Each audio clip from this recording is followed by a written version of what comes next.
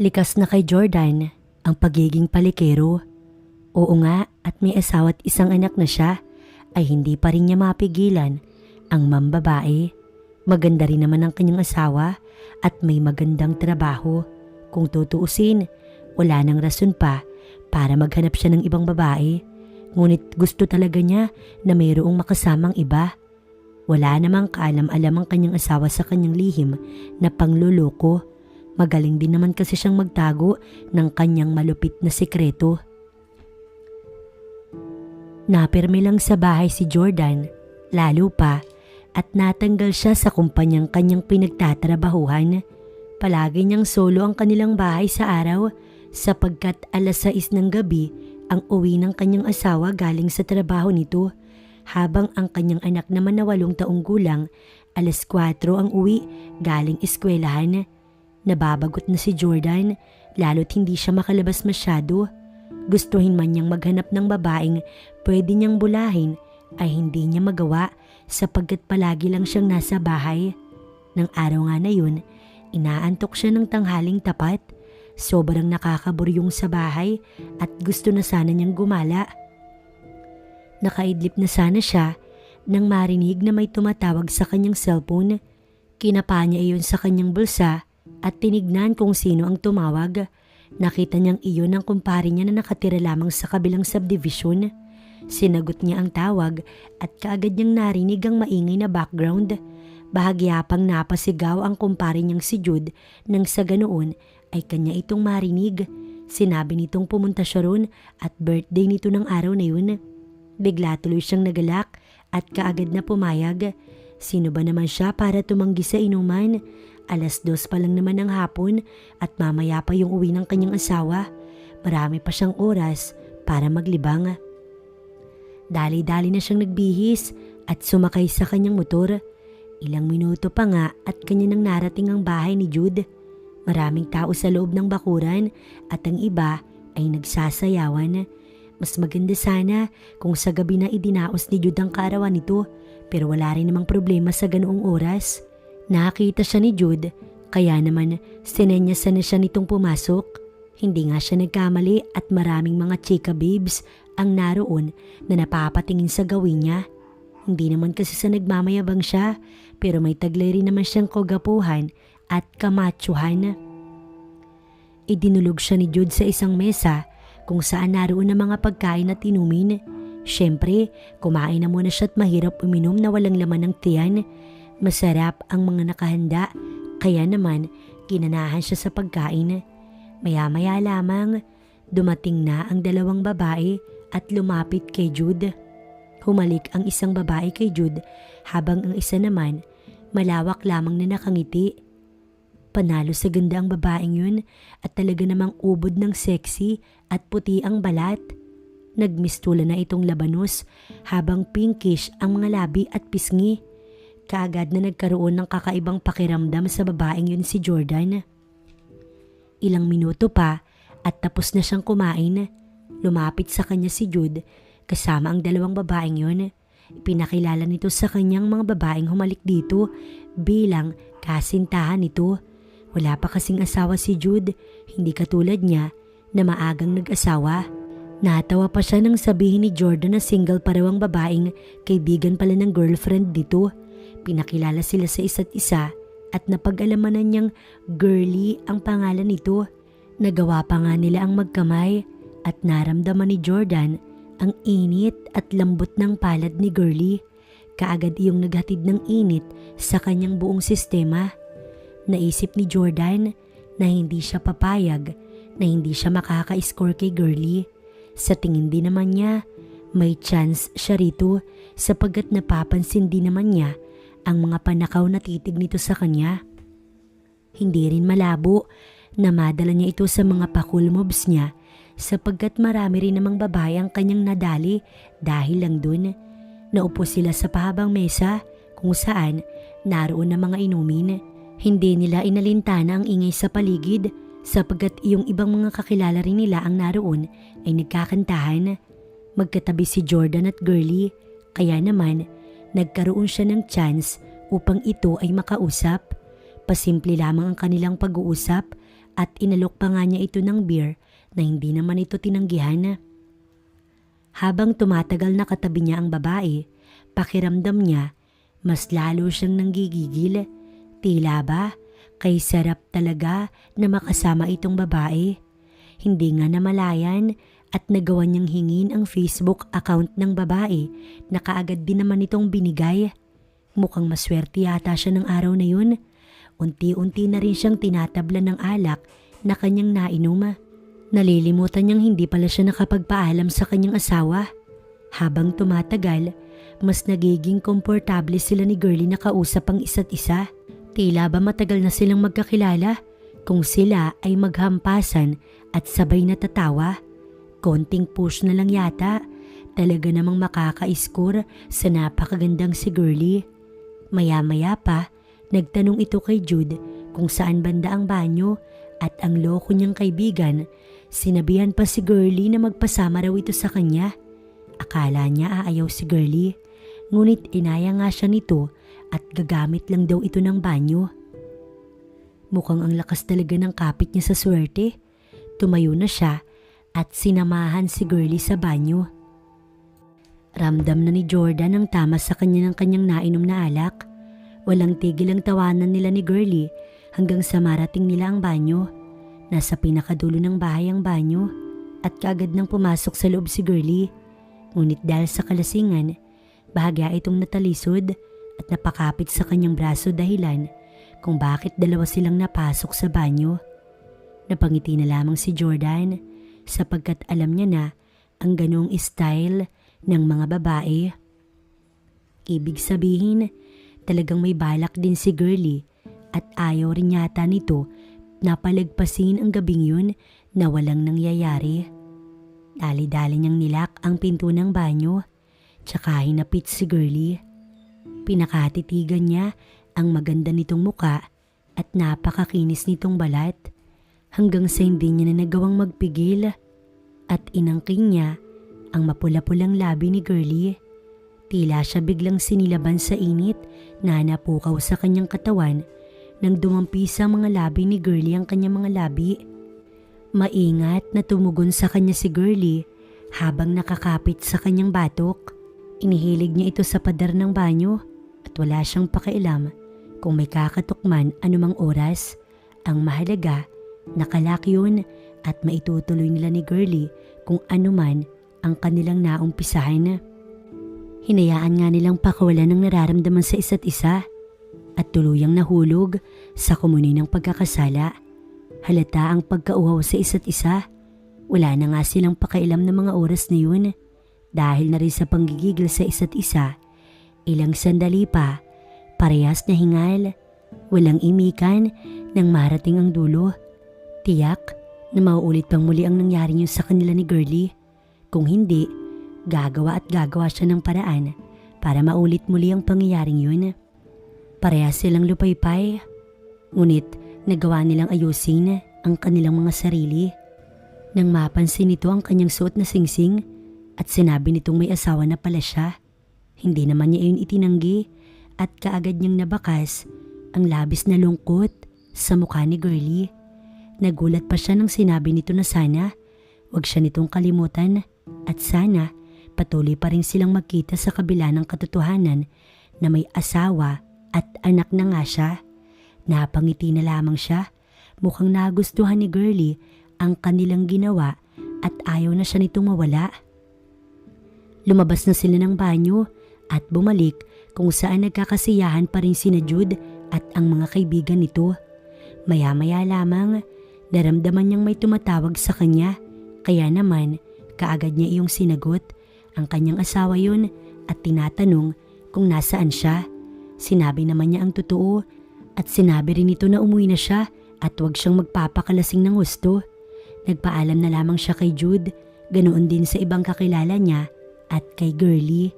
Sinabi na lamang niya sa babae na magchat-chat na lamang siya rito tungkol sa susunod nilang pagkikita.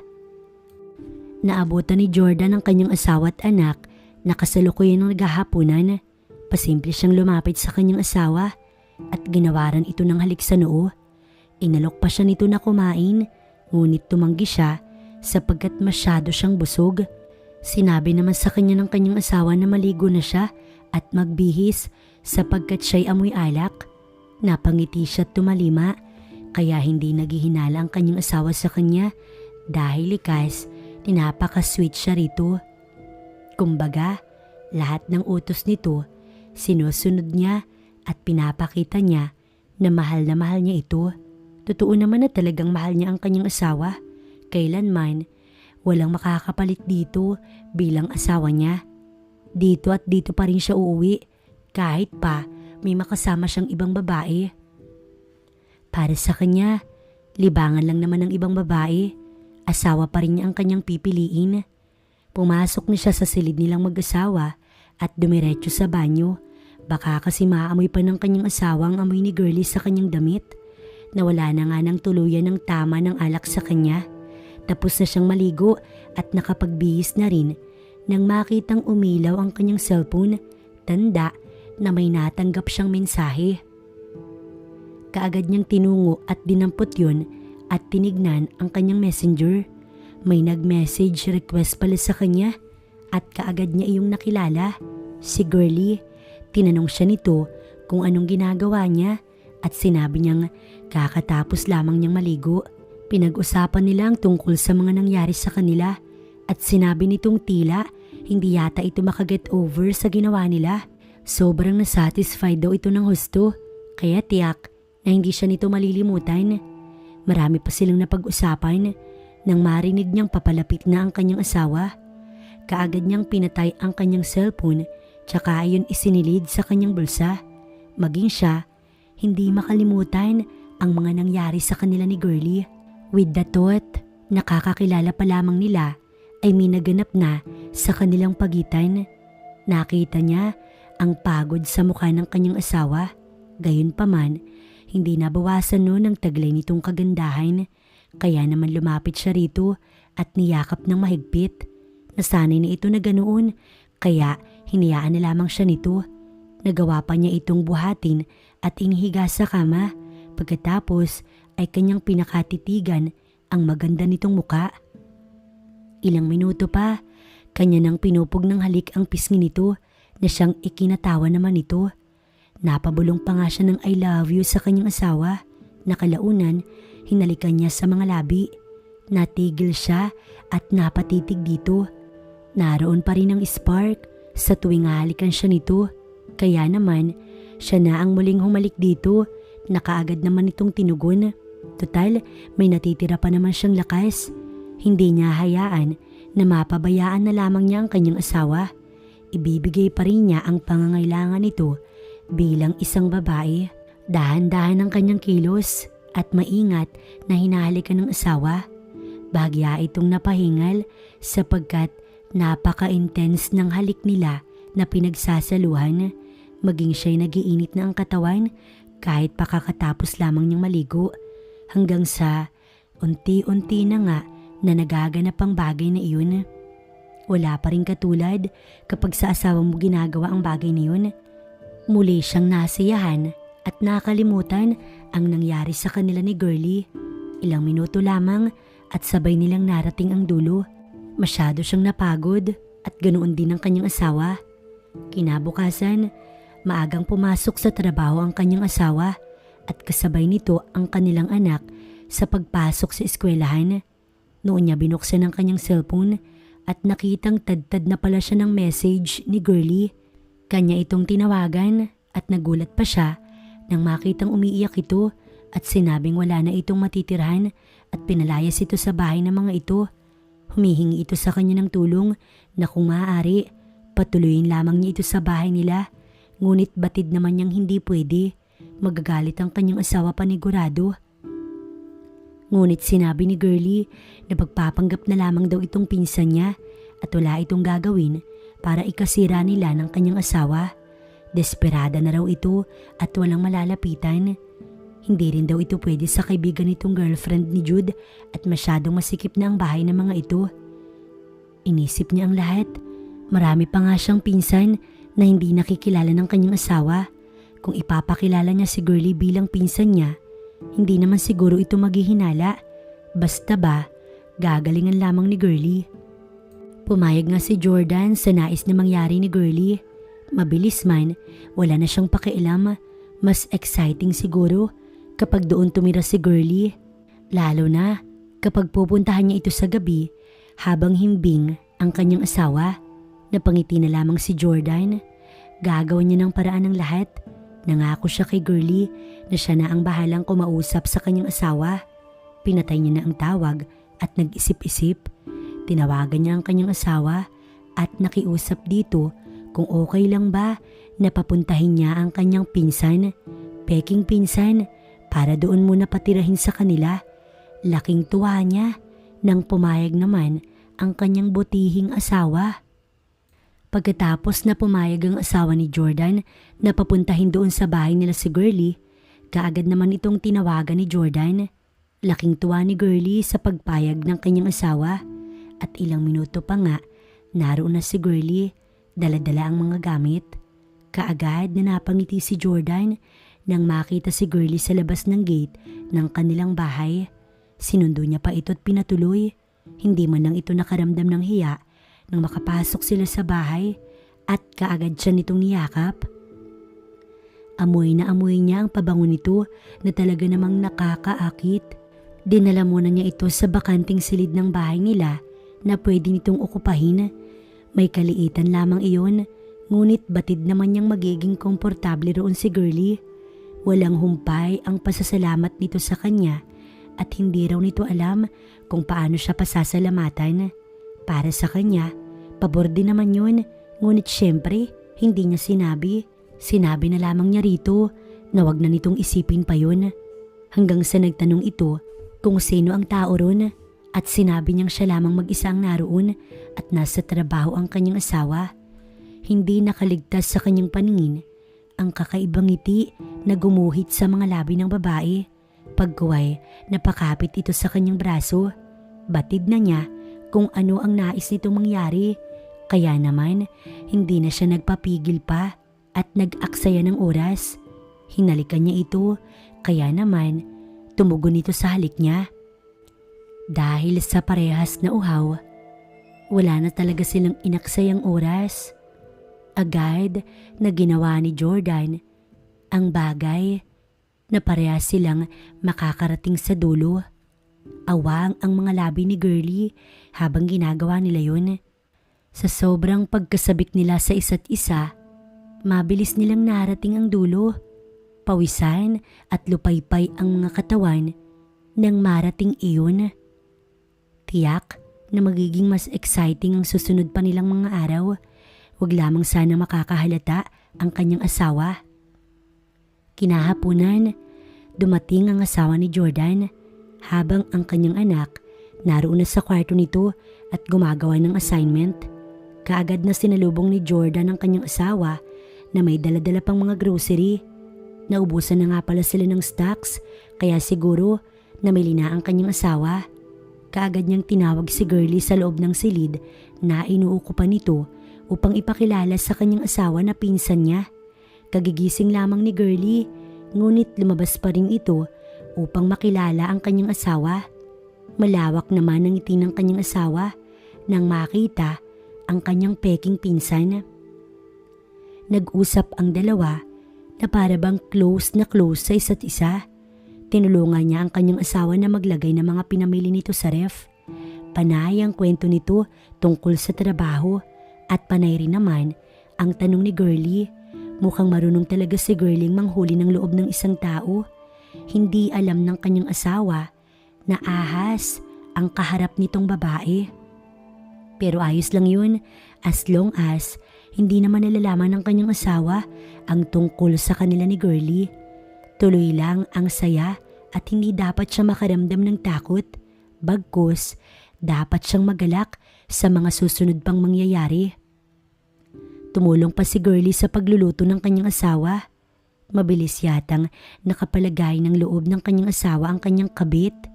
Oo, matatawag niyang kabit si Girlie. Lalo pa at 2 beses nang naganap sa kanila yun. Hanggang sa mahuli siya ng kanyang asawa na nakatingin kay Girlie. Kaagad siyang umiti rito na para bang natural lamang yun. Kaya naman Nagpatuloy ito sa pagluluto. Napasulyap naman siya kay Girlie na noon nakatitig pala sa kanya. Nagtama ang kanilang mga mata at tila nagkaintindihan kaya sabay silang napangiti. Ilang minuto pa at tapos na sa pagluluto ang kanyang asawa. Naghain na ito at pumasok sa silid ng kanilang anak upang tawagin na ito sa pagkain. Hindi niya inaasahan na bigla na lamang lalapit si Girlie sa kanyang gawi at hinalikan siya ng mabilisan sa labi. Nagulat siya at kinabahan na baka nakita sila ng kanyang asawa. Ngunit hindi pa ito nakalabas sa silid ng kanilang anak. Bahagya naman siyang lumayo kay Girlie at naupo na sa hapagkainan. Maya-maya lamang, lumabas na ang kanyang anak at asawa sa silid at nagaya ng kumain. Naupo naman si Girlie sa kanilang harapan, katabi lamang ng kanilang anak. Nagsimula na silang kumain at nagkwentuhan ng kung ano-ano. Mabuti na lamang at hindi naman naisipan ng kanyang asawa na tanungin si Girlie kung saan pa ito nanggaling hanggang sa matapos silang kumain. Nagpresenta na si Girlie na ito na lamang daw maghuhugas ng kanilang pinagkainan at alam nitong masyadong pagod ang kanyang asawa. Hinayaan na lamang ito ng kanyang asawa at pumanhik na nga sa itaas. Batid niyang maliligo na ito at sanay itong maligo bago matulog. Akma sana siyang susunod dito nang pigilan siya ni Girlie. Lumapit naman siya rito at kaagad itong bumulong sa kanya na kung maaari, pumasok siya sa silid nito mamaya kapag mahimbing na ang kanyang asawa. Wala sana siyang balak na gawin ang gusto nito hanggang sa naroon na silang mag-asawa sa kanilang silid. Amoy na amoy niya ang mabangong halimuyak ng kanyang asawa, kung kaya niyakap niya ito mula sa likuran. Hinayaan naman siya nito. Kasalukuyan silang nakahiga at nagpapaantok. Akala niya mag-aaya pa ang kanyang asawa, ngunit hindi niya namalayan na nakatulog na pala ito. Siguro ay dala na rin ng matinding pagod. Ginawaran na lamang niya ito ng mainit na halik sa noo, tsaka umayos ng pagkakahiga. Nakapatay na ang ilaw at tahimik na ang buong bahay. Akma na sana siyang matutulog nang marinig ang kalabog sa ibaba. Bumangon siya at bumaba sa kama. Lumabas siya sa kanilang silid at tinignan ang anumang ingay na kanyang narinig nang may sumitsit sa kanya. Si Girlie at nakaabang sa pinto ng silid na inuukupan nito. Lumapit siya rito kaya kaagad siya nitong hinila papasok sa loob ng kwarto. Mabilis rin siya nitong sinibasib ng halik sa mga labi na kanya namang tinugon. Bigla siyang nanggigil kaya naman pakiramdam niya hindi niya na kaya pang magpigil. Agad niyang niyapos at hinalikan sa labi si Girlie. Ngunit sa ganoong posisyon, biglang bumukas ang ilaw kasabay ng singhap na kanilang narinig. Sabay silang napalingon sa gawin ng pinto at nakita ang kanyang asawa na namimilog ang mga mata habang nakatingin sa kanila.